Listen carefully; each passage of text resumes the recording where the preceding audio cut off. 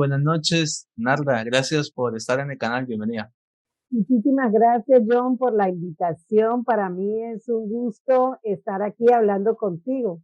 Voy a recalcar un poco lo que has hecho. Bueno, yo sé que tú realizaste en la Universidad de Santander tu carrera y también eres psicóloga organizacional en la Fundación Universitaria Konrad Lorenz, que actualmente se está convirtiendo en una de las 200 mejores universidades del país y entre el ranking mundial 65 del mundo. Ahí le paso el dato.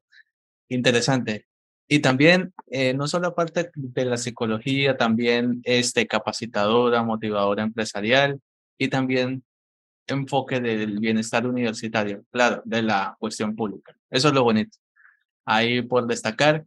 Yo quisiera empezar con hablarte de algunos cursos que tú has hecho, has podido implementar.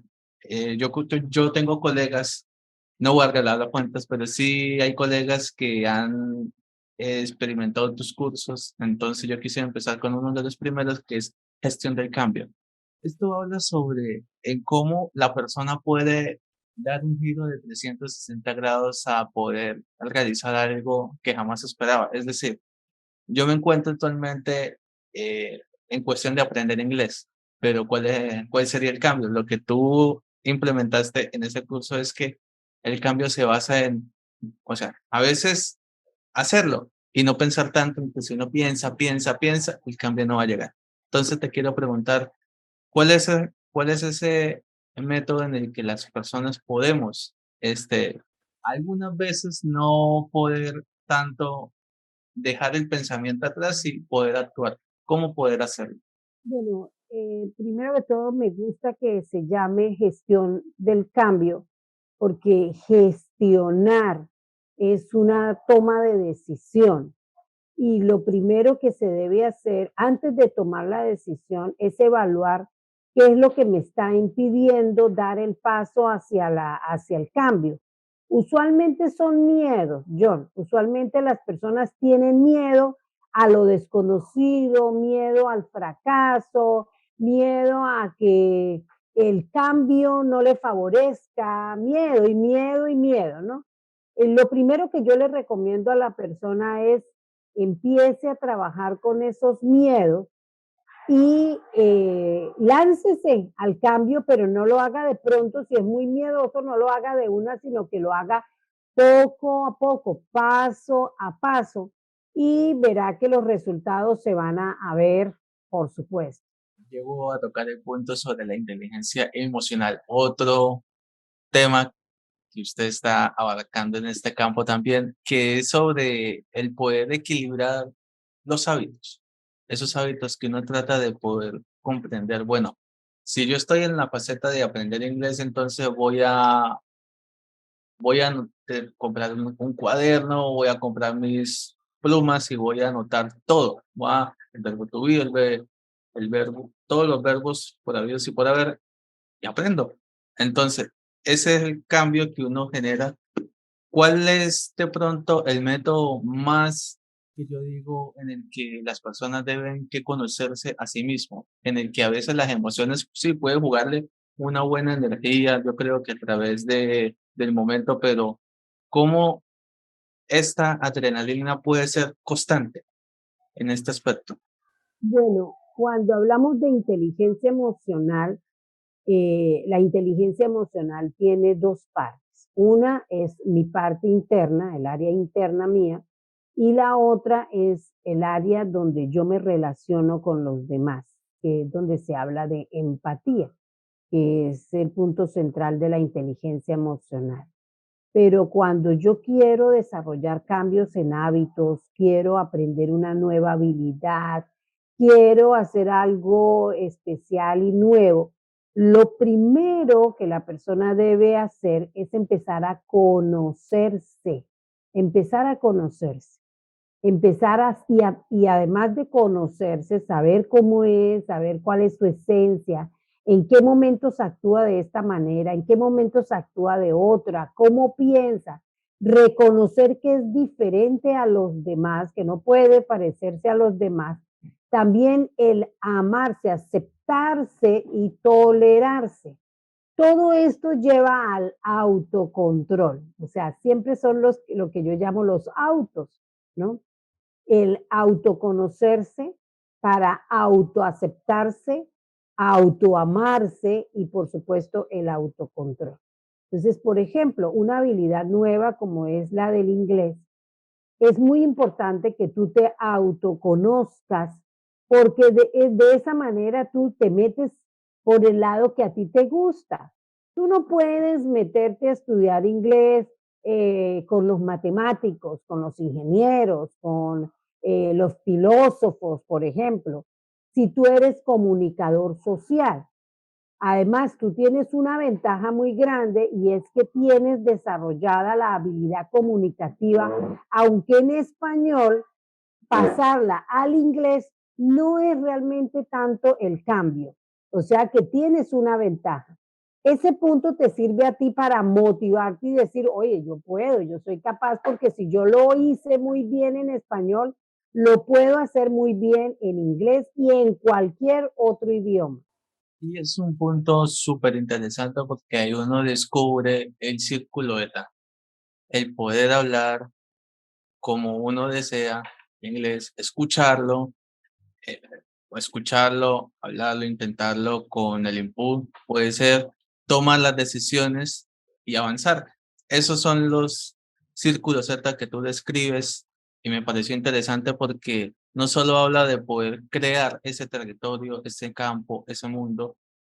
Entonces yo digo, para hacer ETA, para crear ese círculo, ¿cuál es el preciso momento en el que uno como ser humano trata de, una vez hecho esto, cómo puede implementárselo a los demás? ¿En qué momento para que sea un círculo, algo que sea constante?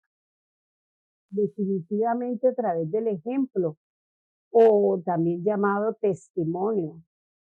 Por ejemplo, ¿cómo los padres podemos transmitirle a nuestros hijos actitudes, comportamientos, si no es mejor que con el ejemplo? Un padre no le puede enseñar a su hijo que le guste el estudio cuando él mismo nunca ha estudiado. Si nosotros, mi papá, por ejemplo, fue un hombre que estudió tan solo hasta tercero de primaria, pero me sorprendía mucho, incluso hace poco encontré un libro muy viejo de él, que era para aprender inglés. Yo siempre lo veía a él leyendo, siempre, siempre. En sus raticos libres, cuando yo llegaba con los libros de mi colegio, cuando él me los compraba, él siempre el primero que leía todos los libros era él. Los leía, los devoraba. ¿Cómo me puede enseñar él que me guste la lectura o me guste el estudio? Nunca me dijo, oye, tienes que estudiar, sino simplemente viéndolo a él, que a pesar de tener tercero de primaria, de no haber estudiado de manera formal, me lo transmitió a través del ejemplo. Si yo quiero que todo mi círculo alrededor cambie, actúe mejor, sea mejor persona, lo mejor que podemos hacer es enseñar con el ejemplo. De esa manera las personas ven que primero hemos cambiado, hemos mejorado, ¿no? Y tenemos más éxito porque la gente empieza a respetarnos más, la gente empieza a escucharnos más. De esta manera la gente quiere tener lo que nosotros tenemos y es mucho más fácil. Otro tema que no se sale del margen de tus coaching y es hay un taller que habla sobre la mujer, solo para ellas, que trata de no depender de un hombre, no depender de poder esperar la respuesta de otra persona, actuar. Sí, podemos necesitar, ellas, no lo de ellas pueden necesitar alguna ayuda. Sí, es humana, es una persona que puede recibir consejo. Entonces, si lo hablo desde el campo del cine, actualmente el cine femenino se está destacando. Protagonistas, directoras, guionistas, Mm. hasta productoras, gracias a eso. Entonces, ¿cómo uno puede poder evolucionar este campo femenino? no solo en la cinematografía, sino en el campo laboral, que están haciendo un buen trabajo. Bueno, el empoderamiento femenino proviene de nuestra propia mente, el de entender que nosotros fuimos hechas para hacer cosas maravillosas y grandes. Yo no soy para nada lo que ahora se llama feminazi, que es un feminismo mal entendido donde la mujer no necesita del hombre para nada. Esto es falso. Tanto la mujer necesita del hombre como el hombre necesita de la mujer. Por eso somos parejas, por eso somos hechos en pares, hombres y mujeres. Pero lo que no estoy de acuerdo es con el apego o la dependencia emocional, donde la mujer convierte al hombre en su propio Dios, con D pequeña, y toda su vida gira alrededor de esa persona. Entonces esa persona no va a poder cumplir con todas las exigencias, con todo lo que la mujer pide, con todo lo que la mujer reclama, y al final las relaciones se convierten en relaciones tóxicas y son un punto de mucho sufrimiento para las mujeres. ¿Qué es lo que hay que hacer? ¿Qué es lo que yo recomiendo a las mujeres? Primero, entender y aceptar que somos personas inteligentes, somos hechas con cerebro. En alguna oportunidad escuché a un hombre dar una conferencia y estaba al lado de mi hija, y mi hija en esa época tendría como unos 20 años, y el hombre decía que los hombres no debían dejar trabajar a sus esposas, porque ¿para qué? Si por eso el hombre debía esforzarse, tener un buen empleo, recibir muy buenas ganancias para poder mantener a su esposa y a sus hijos, y así sus esposas no tengan que salir de su casa porque quién sabe qué van a conseguir fuera de su casa. Mi hija estaba al lado mío y me dijo, mami, ¿tú qué opinas? Y le dije yo, oye, por si acaso todo lo que está diciendo esa persona son mentiras. ¿Por qué? Porque si Dios hubiera querido que nosotras las mujeres no trabajáramos, no produjéramos, no fuéramos eh, productoras intelectualmente, por así decirlo, no nos hubiera puesto cerebro. Si lo que Dios quería era que solamente cuidáramos de nuestros hijos y de nuestro esposo, como es lo que en la tradición nos han enseñado, entonces Dios nos hubiera puesto, y con todo el respeto para los que me puedan ver y escuchar, nos hubiera puesto 6 senos y nos hubiera puesto 4 brazos, que es lo que en realidad se necesitaría para ese trabajo, para cuidar hijos, para cuidar esposos. ¿Ves? Pero Dios no hizo nada de eso. Dios nos puso cerebro, y eso significa que tenemos la capacidad para producir, para desarrollar, para inventar. Lo que pasa es que el machismo durante muchos años en la historia ha querido opacar la labor intelectual de la mujer. Eso no quiere decir que no se haya desarrollado esa labor. En la Biblia, por ejemplo, y toco mucho este tema de la Biblia porque la gente piensa que el machismo ha existido siempre, y eso no es verdad. En la Biblia, en el Antiguo Testamento, encontramos a una mujer jueza que se llamaba Débora. ¿Qué quiere decir jueza? En esa época a los presidentes de la república no se les llamaba presidentes, sino jueces. Y Débora fue una juez en el pueblo de Israel. Y durante toda la historia vemos a muchas mujeres con muchísimas capacidades e influencia. Lo que pasa es que yo no sé por qué ahora nos sorprende cuando vemos mujeres como Oprah, que es una de las mujeres, o como Angela Merkel, que son ahora catalogadas como las mujeres de mayor influencia en el mundo, y la gente se sorprende. No, yo no me sorprendo, es algo lógico, porque tenemos todas las capacidades. Wow, eso sí es una ejemplificación muy buena, aunque siempre me ha surgido esta curiosidad. Bueno, yo sé que no todos no tenemos la respuesta, pero creo yo, bueno, no sé, voy a hacerme entender. O sea, si el feminismo busca esa eliminación de los estereotipos de género, algunas partes. Eso significa que la eliminación del género en sí se busca llegar a la construcción social.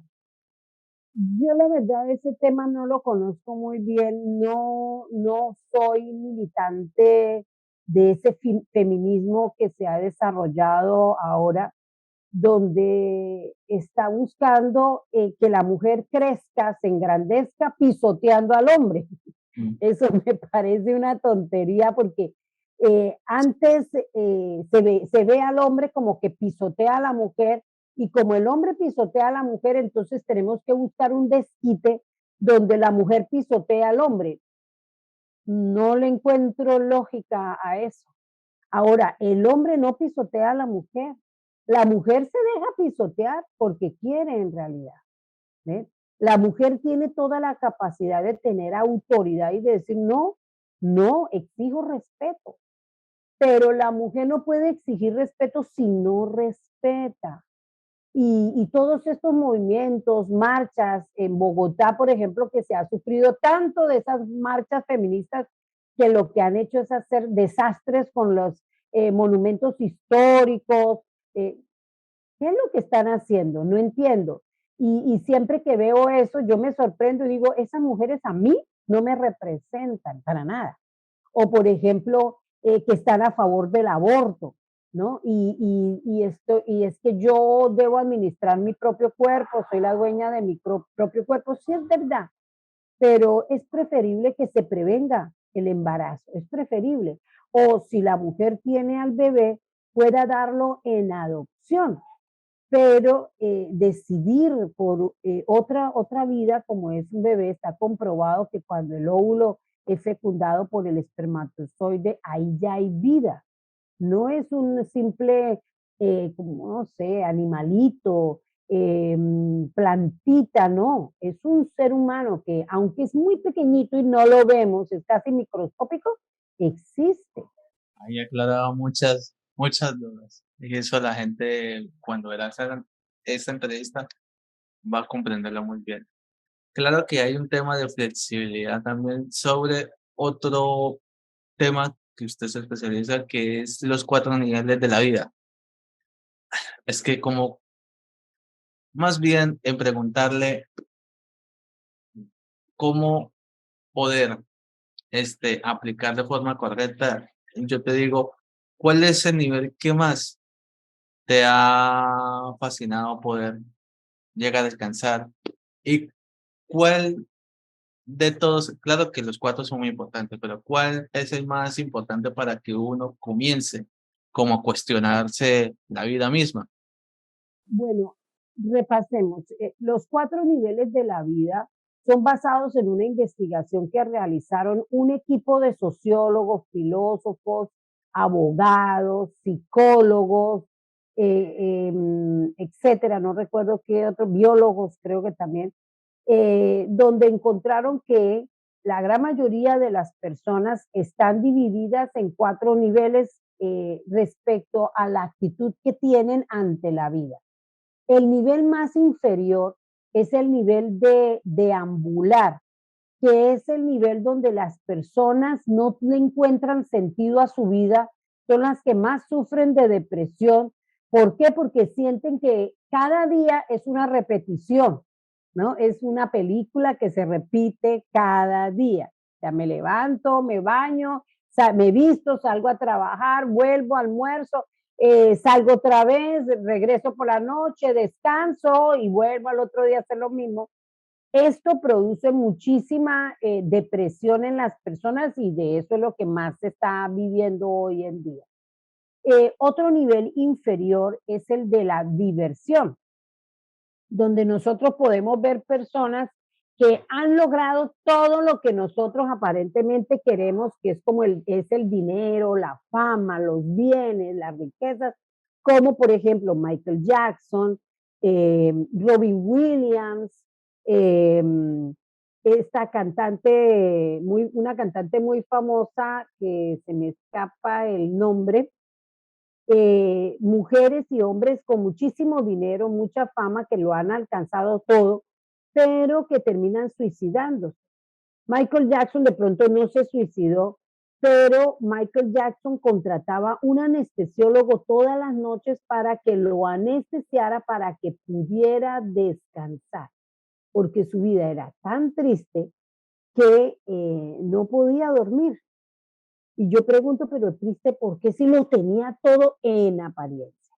Pero en este nivel de la diversión, la persona solo se centra en divertirse. Cuando se está divirtiendo, siente que es feliz, pero cuando la diversión se acaba, vuelve y se queda sin nada. Los mejores niveles son los dos superiores, el tercero y el cuarto. El tercer nivel es el del destino, que es el nivel donde la persona empieza a encontrarle sentido a su vida y lo ejerce. Personajes como Jaime Jaramillo, que es el que conocemos aquí en Colombia como Papá Jaramillo, una persona que económicamente ha estado muy bien, pero que se coloca un traje de caucho y se mete dentro de las alcantarillas en Bogotá para rescatar niños que están consumidos en la droga, porque sus padres los meten ahí a vivir ahí entre esa oscuridad y ese peligro, los saca, los rescata, los mete a una escuela, los rehabilita y los manda a estudiar a otros países del mundo. Y cuando a él le preguntan que si él es feliz, él concluye con toda la sinceridad y honestidad del caso, dice, yo soy absolutamente feliz.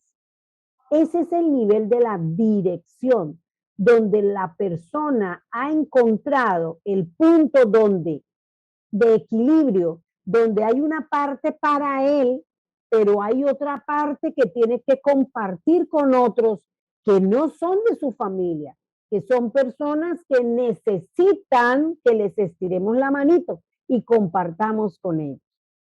El último nivel, el de más alto nivel, el más elevado de todos, es el del legado o dinastía. ¿Qué quiere decir esto? En que no solo me concentro en el presente, sino que pienso en el futuro y qué voy a dejar a las futuras generaciones, no solo a mis hijos, sino a esos niños, a esos adolescentes, a esos jóvenes que van detrás de uno. Ese es el mejor nivel de todos. Y hay una pregunta y es, si tú te murieras hoy, ¿qué es lo que la gente va a recordar de ti? ¿Lo que les enseñaste? ¿El ejemplo que les diste? ¿La ayuda que le diste?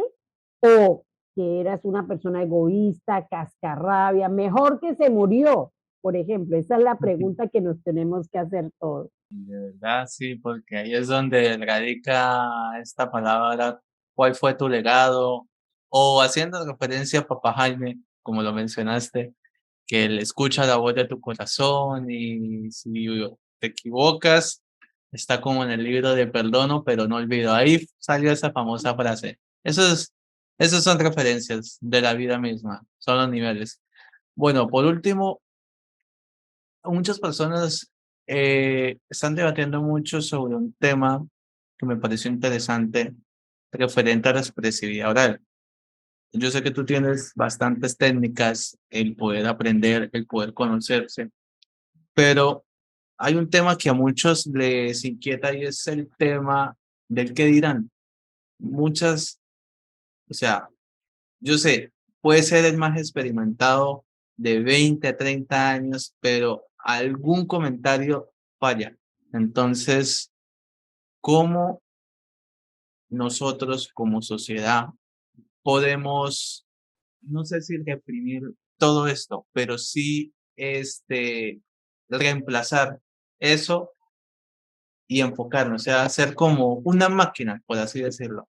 ¿Qué piensas sobre ese aspecto que mucha gente se ha considerado implementar, aunque a muchos no pueden, algunos sí, pero trae sus consecuencias? No, no podemos ser máquinas, somos seres humanos Mm. calienticos, llenitos de sangre que corre por todo el cuerpo, Sí. imposible convertirnos en máquinas, ¿no? Pero respecto al qué dirán, eso es algo que se ha vivido durante toda la historia de la humanidad, ¿no? ¿Qué van a decir? ¿Qué van a decir? ¿Qué van a decir? ¿no? Lo que yo siempre recomiendo es cuando estamos hablando, volviendo otra vez al tema de la autoestima, el amor propio, yo siempre le enseño a las personas de que va a haber gente que los va a amar muchísimo y bromeo diciendo, incluso si te lanzas para la presidencia, esas 3 o 4 personas van a votar por ti a ojos cerrados porque creen en ti, porque te aman y quieren que seas feliz, pero va a haber gente que no te va a querer, que no te va a querer, por X o Y motivo, ¿no? Porque, y tú les vas a caer mal, tú les vas a caer mal. ¿Por qué te mortificas por esas personas en vez de ver a las personas que te aman, que te aplauden todo el tiempo? Como que siempre miramos o nos vamos detrás de la parte negativa, las personas que nos hacen daño, las personas a las que ni siquiera le caemos bien. Hubo una persona muy importante en el país que se llamó Jairo Forero, un asesor financiero familiar, lamentablemente ya falleció, pero él nos decía que en sus conferencias nos decía que gastamos muchísimo dinero para aparentar a personas que no nos quieren. Entonces, nos compramos el último celular para que las personas que no nos quieren vean que tengamos lo último en los celulares, lo último en carros, la ropa, todo es para aparentar ante personas que no nos quieren. Y decía él, ¿cuál es esa la necesidad? Sin embargo, Abraham Maslow, en su teoría de la motivación, habla acerca de la importancia de las personas de ser reconocidos socialmente. Ahí lo que tenemos que trabajar es con nuestros valores internos. O sea, una pregunta, si para yo ser reconocida socialmente tengo que dejar de ser yo misma o tengo que endeudarme o tengo que quitarle el dinero a las cosas que son realmente importantes por darle importancia a cosas que no son prioritarias solo para aparentar. Esas son cosas que tenemos que hacernos la pregunta constantemente, ¿por qué yo estoy haciendo esto? Ahora, el qué dirán es terrible si nosotros estamos pendientes de esto. Es muy diferente el considerar a las demás personas. Es muy diferente al qué dirán. Por ejemplo, yo no debo poner la música a todo volumen un domingo a las 7 de la mañana. A ver, porque tengo que considerar que mis vecinos están descansando. O yo debo, por ejemplo, no sé, transitar bien por las calles. No debo atravesarme en los andenes, porque hay gente que va a pasar por los andenes y van a tener que salirse a la carretera a correr el peligro de que sean atropellados. Eso es consideración y misericordia. No es el que dirán. El que dirán es, yo modifico mis conductas, modifico mis comportamientos, soy otra persona cuando otras personas me están mirando. Y eso es totalmente negativo. Me has puesto a pensar, yo creo, bueno, ya que usted menciona más, yo creo que te inclina más a la teoría de la motivación. Eso es algo, sí, por lo que has aprendido. En cambio, en mi perspectiva, creo que me ha servido sin darme cuenta. Lo vi hace poco sobre la teoría de Skinner, de Burgos, que es sobre aprendo una cosa y cambia mi concepto, cambia mi comportamiento. No, no que, uy, cambié por esto, no. Cambia mi forma de pensar, lo hago un poco más allá. Entonces, creo que estás en lo cierto, así como dice. Bueno, sí, Skinner, B.F. Skinner, Skinner. fue uno de los teóricos que yo estudié mucho en mi universidad. Mi universidad es neoconductista, cognitivista, que es la Universidad Conrad Lorenz. Y Skinner hablaba de que el aprendizaje modificaba nuestro comportamiento. Es más, esa es la condición del aprendizaje. Si tú has aprendido algo y no has cambiado, no se ha modificado tu comportamiento, eso quiere decir que no has aprendido nada. El aprendizaje siempre nos modifica en nuestra manera de actuar, en nuestra manera de pensar, en nuestra manera de ver las cosas. El aprendizaje siempre, siempre nos modifica. Ya me aplicaste la conducta verbal. Buenísimo. Bravo, Hasta la conducta verbal, claro. En la bravo. manera como nosotros hablamos. Alguien dijo de qué es maldecir. Maldecir es decir mal. Y en Cúcuta se dio hace muchos años una cultura de la maldición, donde hablábamos todo el tiempo muy mal de Cúcuta. ¿Qué podrá salir bueno de Cúcuta? Decíamos nosotros mismos los cucuteños. Y para completar, te daban unas profecías, entre comillas. Yo no sé, John, si creo que tu generación no vivió eso, pero la mía sí, sí la vivió mucho, ¿Cuál, que cuál? cuando se estaba terminando año, aparecían unos personajes que a veces era una monja, por ejemplo, que se subía a un taxi con un costal muy pesado y cuando paraba la monja al taxi, le decía, déjeme acá, entonces el taxista le ayudaba a bajar el costal pero el costal era muy pesado pero hermana, ¿usted qué lleva en el costal? Llevo las piedras porque Cúcuta va a haber un terremoto el año entrante y se va a convertir en solo piedras. Y ¡pum! Desaparecía la monja.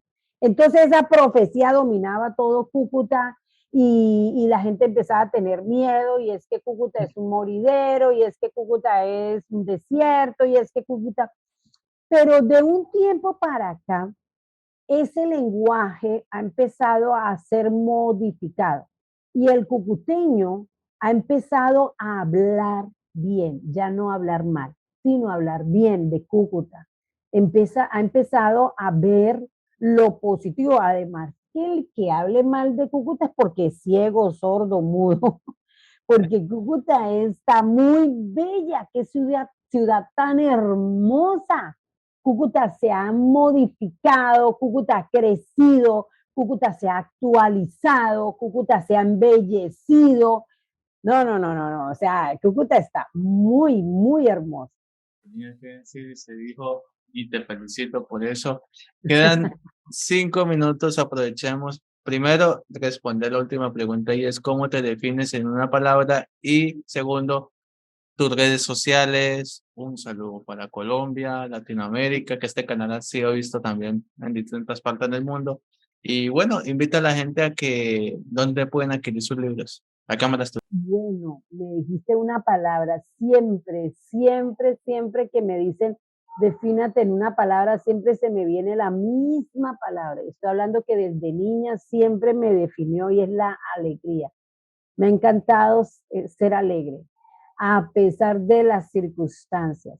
Y uno la palabra alegría con mi libro se llama Más allá de las lágrimas, donde trata de la experiencia, una de las experiencias más duras que he vivido en mi vida y que me quiso robar la alegría, me quiso robar la sonrisa de mi boca y fue la muerte de mi hija, de mi segunda hija, y quiso destruirme, pero Dios me permitió convertir esa experiencia tan horrible, tan fatal, tan tétrica, en algo que termina siendo el legado que le estoy dejando yo a las futuras generaciones.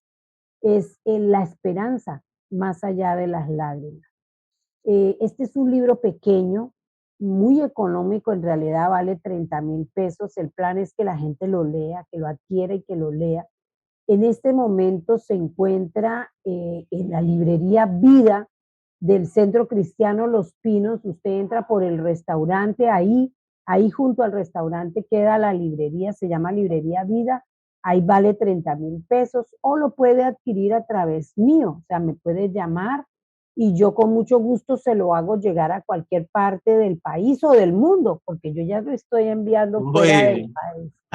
Sí. Estaba En mis contenta. redes, en mis redes sociales me pueden conseguir en Instagram como @psicóloga pisonarda psicóloga piso Narda, ahí me pueden encontrar, o en el Facebook me pueden encontrar como psicóloga Narda o Narda Liliana Parra, que es mi Facebook personal, ¿no?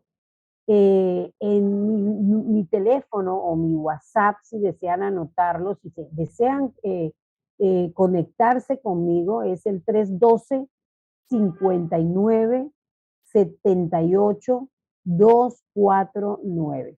312 59 78 249.